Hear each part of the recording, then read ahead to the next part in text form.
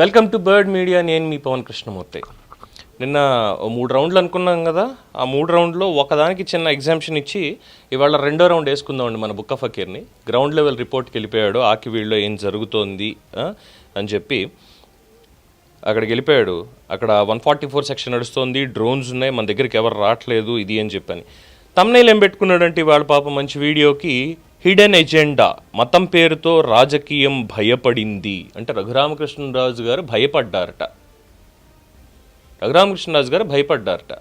So దాని పరంగా అక్కడ చెప్పేస్తున్నాడు. అక్కడ రామాలయం అనేటువంటిది రాజకీయం చేస్తున్నారు, ఇందులో రఘురామకృష్ణరాజు గారి పాత్ర ఏంటి, ఎమ్మెల్యే దీని వెనకాల ఉన్నారా అని చెప్పి పెద్ద వీడియో ఒకటి పెట్టాడు. దాంట్లో ఒక చిన్న బిట్ మనం ఇక్కడ జస్ట్ విన్నాం.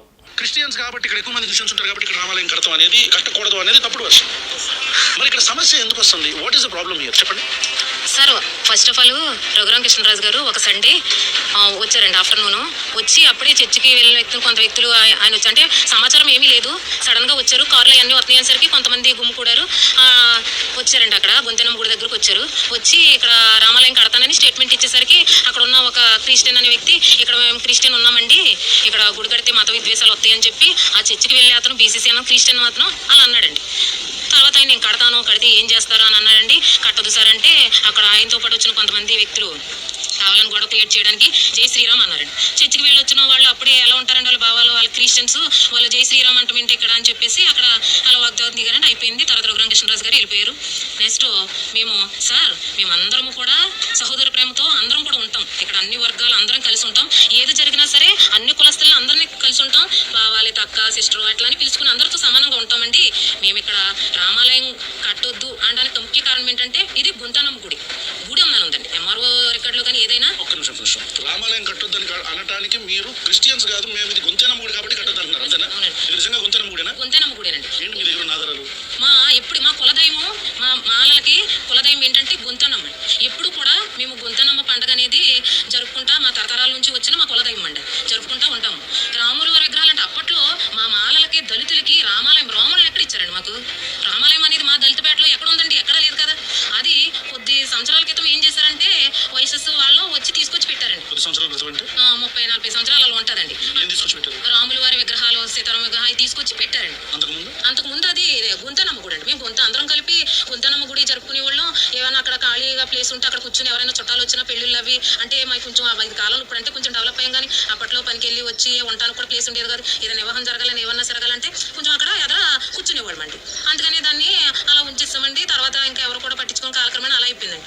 ఈ మన ఎమ్మెల్యే గారు వచ్చాక ఇప్పుడు లేని విధంగా ఈ కుల మత విద్వేషాలు కనుక వచ్చి రామాలయం కడతాం మేము అంటున్నాము ఇది గుంతనమ్మ గుడి అండి, మా కులదైవం గుంతనమ్మ గుడి కాబట్టి గుడి అని ఉంది, గుడి కట్టండి, మా గుంతనమ్మ గుడి కట్టండి, లేదా మీరు సహకరించండి, మేము మా గుంతనమ్మ గుడి కట్టుకుంటాం అయితే ఆ వీడియోకి తర్వాత వద్దాం. గొంతేనమ్మ హిస్టారికల్ ఎవిడెన్సెస్ అంటే ఇక్కడ 2 పాయింట్లు మేడం చెప్పారు. పంచాయతీ వైస్ ప్రెసిడెంట్ ఏదో చెప్పారు, అక్కడ కౌన్సిలర్ ఇది అని చెప్పాను, వైస్ కౌన్సిలర్ ఏదో చెప్పుకుంటూ వచ్చారు. బాగుంది. 40 ఏళ్ల క్రితం వైశ్యాస్ వచ్చి రాములు వారి విగ్రహాలు ఇవి పెట్టారట అక్కడ. అంతకుముందు గుడి అని ఉంది, ఎంఆర్ఓ ఆఫీస్ దాంట్లో కూడా గుడి అని ఉంది. ఇది ఆర్ఎస్ఆర్ రికార్డ్స్, దీంట్లో గుడి అని మాత్రమే ఉందట, రాముల వారి గుడి అని లేదుట పాపం.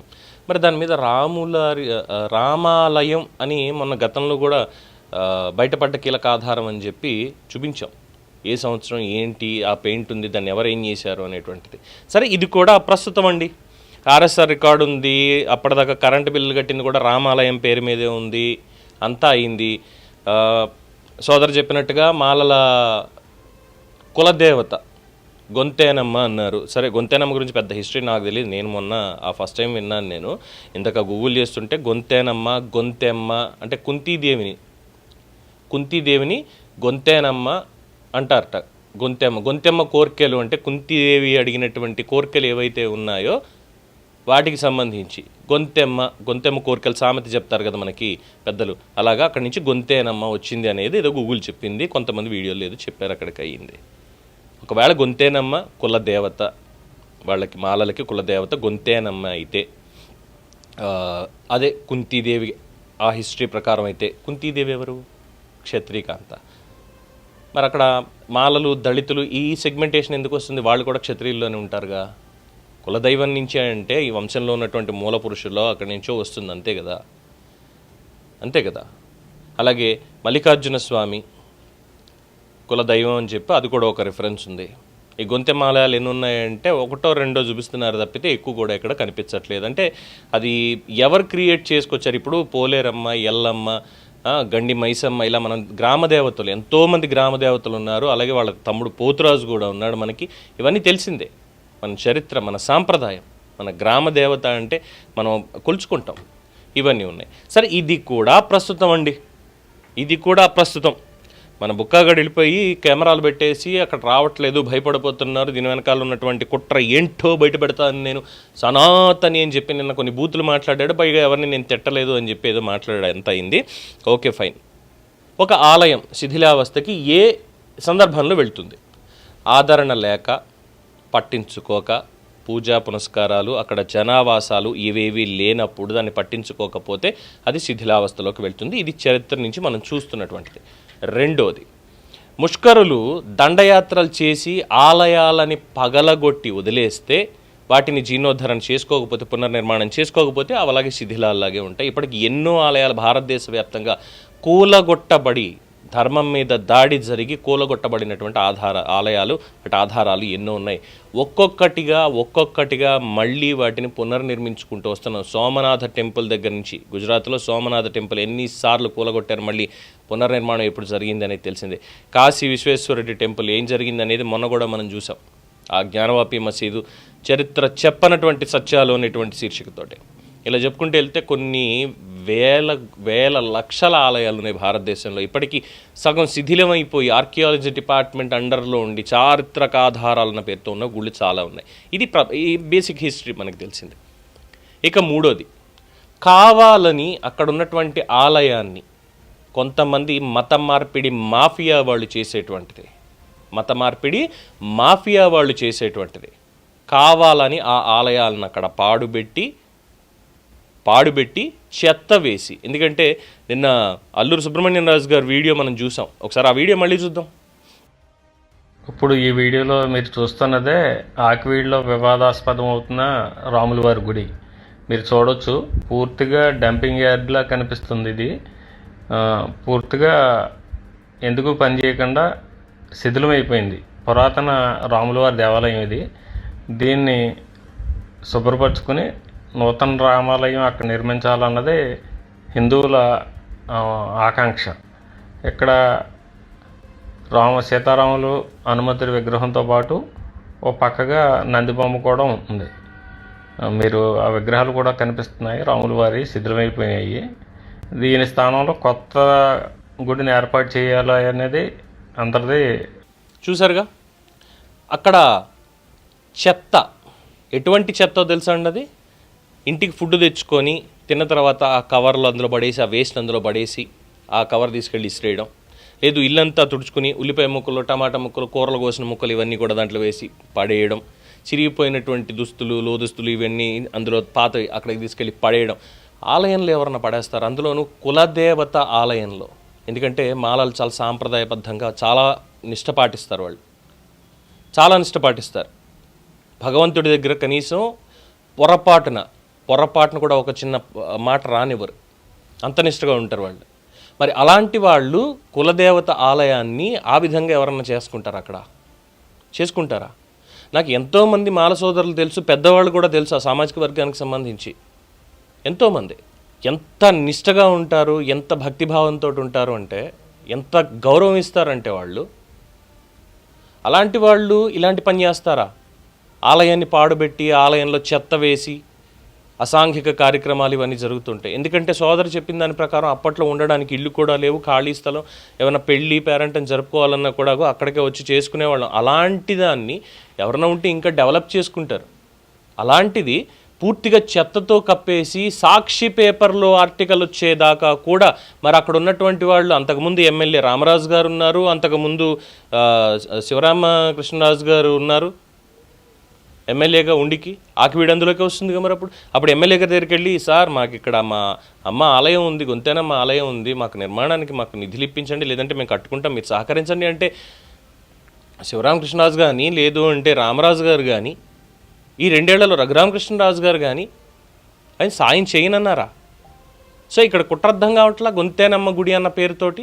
సో అక్కడ ఉన్నటువంటి వాళ్ళు దాదాపుగా ఇప్పుడు ఏవైతే మొత్తం దాదాపుగా 117 చర్చలకు సంబంధించి కుట్ర బయట పెట్టారో రఘురామకృష్ణరాజు గారు, అలాగే ఆలయ నిర్మాణానికి ఆల్రెడీ నిధి సేకరణ అనేది కూడా మొదలైపోయింది, ప్రజల్ని భాగస్వామ్యులు చేశారు, అంతా ఇదయ్యింది. ఇప్పుడు ఎట్టి పరిస్థితుల్లో అక్కడ రామాలయం ఉండడానికి వీలు లేదు. ఉంటే ఇక్కడ ఈ మత మార్పిడి మాఫియా ఏదైతే ఉందో వాళ్ళకి అడ్డుకట్ట పడిపోతుంది. సుప్రీంకోర్టు ఇచ్చినటువంటి తీర్పు కూడా అదే.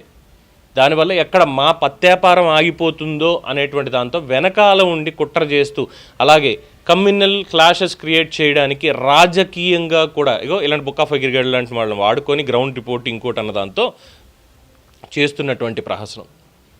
ఎవరు కూడా కోనసీమలో మాది ఒక మారుమూల ఊరండి, పక్కన గోదావరి పారుతూ ఉంటుంది, మహా అయితే మాది ఒక 200 గడప 300 గడప ఉంటుంది అంతే, ఒక చిన్న పల్లెటూరు.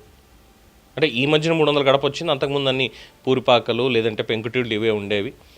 మాకున్నది ఒకే ఒక శివాలయం, ఎప్పుడో 100 ఏళ్ల క్రితం కట్టినటువంటి శివాలయం.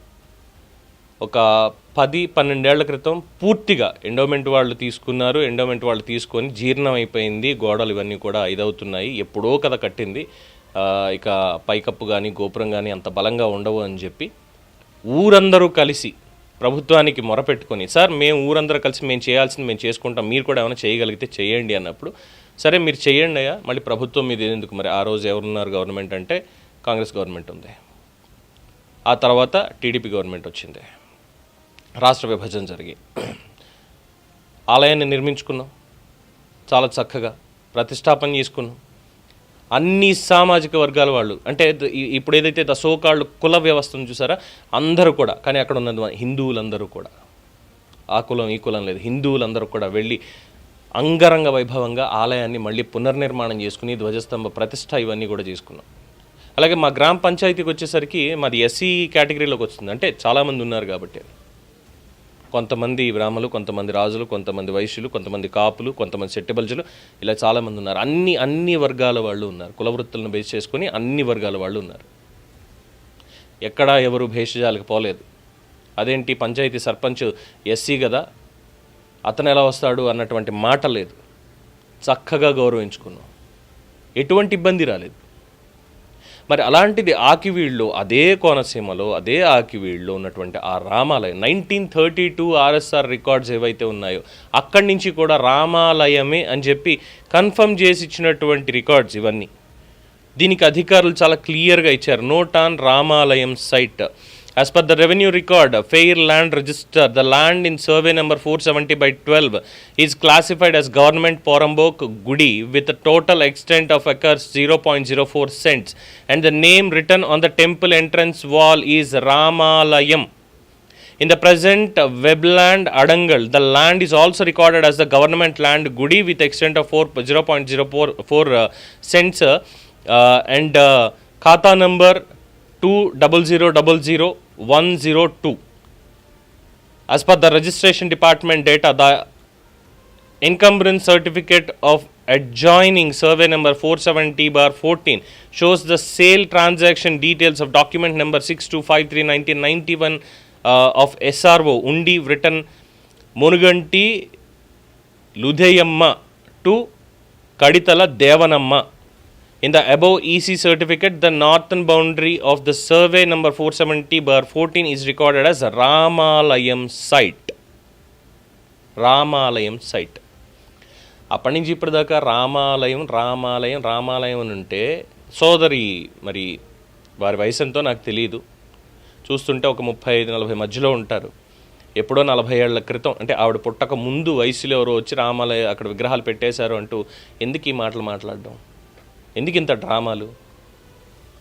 సో ఖచ్చితంగా వెనకాలండి చేయిస్తున్నటువంటి కుట్ర, రామాలయం అక్కడ నిర్మించబడకూడదు అని చెప్పి చేయిస్తున్నటువంటి కుట్ర తప్ప ఇంకోటి కానీ కాదండి. రెండోది, దళితపేటల్లో రాముడిని ఇచ్చారండి, మాకు రామాలయాలు ఇచ్చారంటే ఎన్ని దళితపేటల్లో ఆలయాలు ఉన్నాయి రామాలయాలు అనేది ఒకసారి చెక్ చేసుకుంటే అయిపోయాయి. ఇవన్నీ బ్రిటిష్ వాళ్ళు వచ్చి పెట్టినటువంటి నేమ్స్, ఇవన్నీ దళితవాడ, దళితపేట, ఇవన్నీ వాళ్ళు వచ్చి పెట్టినటువంటివి. అంతకుముందు ఈ వ్యవస్థ మీ ప్రాచుర్యంలో ఏమైనా ఉందా అంటే ఒకసారి క్రాస్ వెరిఫై చేసుకోవాలి. అండ్ ఎస్, డెఫినెట్గా వివక్షకి గురయ్యారు, 100% చరిత్రలో వివక్షకి గురయ్యారు. ఆ వివక్ష ఉండకూడదనే కదా బాబాసాహెబ్ తీసుకొచ్చింది రాజ్యాంగాన్ని, రిజర్వేషన్ హక్కుల్ని. గౌరవం ఇవ్వాలి వాళ్ళకనే కదా చెప్పేది. దానికి ఇంకా పెద్దలు చాలామంది పద్మశ్రీ పొందినటువంటి వాళ్ళు కూడా వచ్చేసి బ్రాహ్మణుల మీద మొత్తం వేసేస్తారు, అంతా వాళ్ళే చేశారు, వాళ్ళ వివక్ష వల్ల ఇదంతా జరిగింది అని. అంతకుముందు మరి ముస్లింలు కానీ లేదంటే బ్రిటిష్ వాళ్ళు కానీ వచ్చి దండయాత్రలు చేయలేదు, వాళ్ళ అండర్లో పాలించలేదు, వాళ్ళ అండర్లో మిగతా వాళ్ళందరూ కూడా ఇబ్బందులు బాలవ్వలేదు, అందులో బ్రాహ్మణులు లేరు. మరి ఏం చెప్పాలి? సో అదొకటి వెరీ క్లియర్ అండి.